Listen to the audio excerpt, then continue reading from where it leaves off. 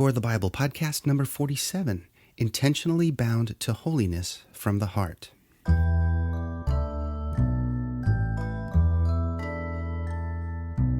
Welcome to the Core the Bible podcast. My name is Steve, and I'll be your host as we explore the message of the Bible reduced to its simplest form. As you may know, it's my belief the Core of the Bible message consists in principles derived from the Ten Commandments and the Sermon on the Mount. These include the topics of kingdom, integrity, vigilance, holiness, trust, forgiveness, and compassion. Today we're going to be exploring the topic of holiness and how achieving and maintaining holiness, or being set apart, is an intentional and voluntary result of doing what is right from the heart. And the Apostle Paul spoke about it in this way in Romans 6. He says, "Don't you know that when you offer yourselves to someone as obedient slaves, you're slaves of the one you obey, whether you're slaves to sin, which leads to death, or to obedience, which leads to righteousness. But thanks be to God that, though you used to be slaves to sin, you've come to obey from your heart the pattern of teaching to which you have been entrusted. You have been set free from sin and have become slaves to righteousness." I'm using an example from everyday life because of your human limitations. Just as you used to offer yourselves as slaves to impurity and to ever-increasing lawlessness, so now offer yourselves as slaves to righteousness, leading to holiness. Well, there's so much in this passage that I'd like to take some time to isolate a few different aspects for closer inspection. So first we see how Paul uses the imagery of slavery. He says they were slaves to sin, but now have been set free from sin, only to now be slaves of righteousness, which leads to holiness. This idea of slavery may seem harsh to our modern sensitivities, but Paul says he's using an example from everyday life. Slaves were common in Paul's day and in the Roman realm.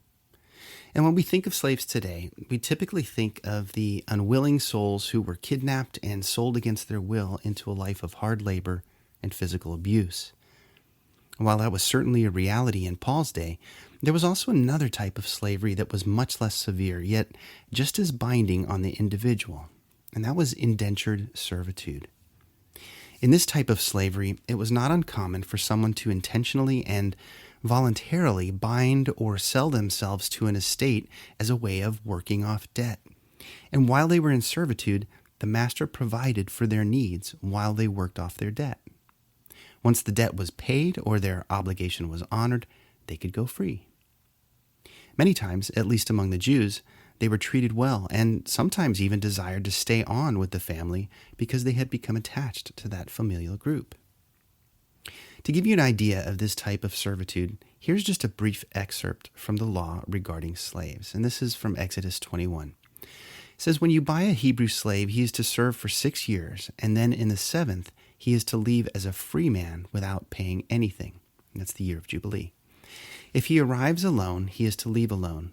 If he arrives with a wife, his wife is to leave with him. If his master gives him a wife and she bears him sons or daughters, the wife and her children belong to her master, and the man must leave alone. But if the slave declares, 'I love my master and my wife and my children, I do not want to leave as a free man,' his master is to bring him to the judges and then bring him to the door or doorpost. His master will pierce his ear with an awl, and then he will serve his master for life." So we can see that this type of slavery, sometimes listed as a bondservant, was a formal contract that bound the individual to the master or the estate until the obligation was fulfilled. And sometimes the servant would want to stay with the family permanently. So in the biblical sense, a slave is someone who does not have any ownership rights of their own for the time they're in bondage. They belong to another. Paul takes this common understanding and then applies it to believers in the context of obedience. Everyone serves a master, he says, whether sin or righteousness. As believers in Messiah, they were encouraged to follow righteousness that would ultimately set them apart or make them holy. Secondly, notice the type of terms that Paul repeatedly emphasizes in this passage besides the concept of slavery. His overall premise is that sin leads to death, but obedience leads to righteousness, and then righteousness leads to holiness. So the contrast he is drawing is between sin and obedience. So if sin is the opposite of obedience, then it can be said that sin is simply disobedience. But disobedience to what? Well, in relation to obedience, he says the obedience is based in the pattern of teaching to which you were entrusted. This is an interesting word here that is used for a very specific type of teaching. Paul calls it a pattern of teaching, but the underlying language expands on that meaning. The word tupon can mean an example or a pattern or a model. It's where we get our English word type from. But it also includes the idea of an imprint, as in a die that is stamped into something, revealing as consistent a pattern as the original. Obedience to this stamp of teaching, he says, is considered righteousness, which then leads to holiness. Therefore, disobedience to the pattern of teaching is sin, which leads to impurity and ever-increasing lawlessness. So what is this pattern or stamp of teaching? Well, in one sense, we learn from the Apostle John that sin is disobedience to the law. And this is in 1 John 3. He says, "Everyone who commits sin practices lawlessness, and sin is lawlessness." Lawlessness, simply stated, is anything that's against the law. In relation to the type of law that is used throughout the writings of Paul and the apostles, the law, the nomos, is typically associated with the law of Moses, summarized in the Ten Commandments. Paul says to the Roman believers, "But thanks be to God that, though you used to be slaves to sin, you have come to obey from your heart the pattern of teaching to which you've been entrusted." Now, the pattern of teaching that the Jews had been entrusted to was the law of Moses. And when it's obeyed from the heart, that is an indication of the new covenant. That's new covenant language. Look at Jeremiah 31, verse 33. "Instead, this is the covenant I will make with the house of Israel after those days." This is Yahweh's declaration. "I will put my teaching within them and write it on their hearts. I will be their God, and they will be my people." Notice that the prophet says God's teaching would be within them, on their hearts. And the teaching that he's speaking of here is the Torah, the law of God. Now, I believe this is the same teaching that Paul is speaking of in Romans 6. But he doesn't simply call it the law because the law had become mired in oral traditions and additional regulations. Additionally, the law given at Sinai is a static thing that's written in stone and has no power to make anyone comply with its demands. However, using the new covenant imagery, when the law is upon the heart, it has the ability to transform actions from the inside out. Obedience is therefore voluntary and desired because it comes from the heart, and this leads to righteous actions and ultimately to holiness. 2 Corinthians 3, Paul says, "He has made us competent to be ministers of a new covenant, not of the letter, but of the Spirit. For the letter kills, but the Spirit gives life." Now, if the ministry that brought death chiseled in letters on stones, and could this possibly be an allusion to the imprint or the stamp language that Paul used earlier? So he says, if the ministry that brought death, chiseled in letters on stones, came with glory, so that the Israelites were not able to gaze steadily at Moses' face because of its glory which was passing away, how will the ministry of the Spirit not be more glorious? For if the ministry that brought condemnation had glory, the ministry that brings righteousness overflows with even more glory. Paul, writing to the congregation in Corinth, expands on this idea a little further by saying, "The letter of the law kills because it is an unflinching and permanent standard that cannot be abrogated." However, when the Spirit applies the law to the heart through the teaching of the anointed Yeshua, the law chiseled in stone can no longer condemn because the actions that would bring death have been changed into actions of righteousness. Therefore, the ministry of the Spirit is more glorious than the stone law because the ministry or law of the Spirit actually produces the desired result in those who are obedient to it. And this is why Paul can confirm the same thing with the Roman believers when he writes in Romans 8, He says, "But if by the Spirit you put to death the misdeeds of the body, you will live. For all those led by God's Spirit are God's sons. You did not receive a spirit of slavery to fall back into fear. Instead, you received the spirit of adoption, by whom we cry out, Abba, Father." Beyond the spirit of slavery he mentioned in chapter 6, Paul says to the believers that they don't only have to be a slave for life in the house of God, they have become adopted into his family.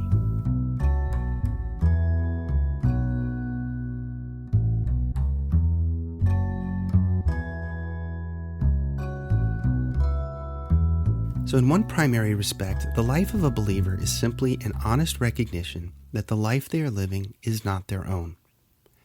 Paul uses this type of illustration with the Corinthian congregation. In 1 Corinthians 6, it says, "Don't you know that your body is a temple of the Holy Spirit who's in you, whom you have from God? You're not your own, for you were bought at a price. So glorify God with your body." The life they were living should have been voluntarily offered back to the one who provided it to them in the first place. This is so simplistic, it's almost inconceivable that it's been lost among the masses of believers today.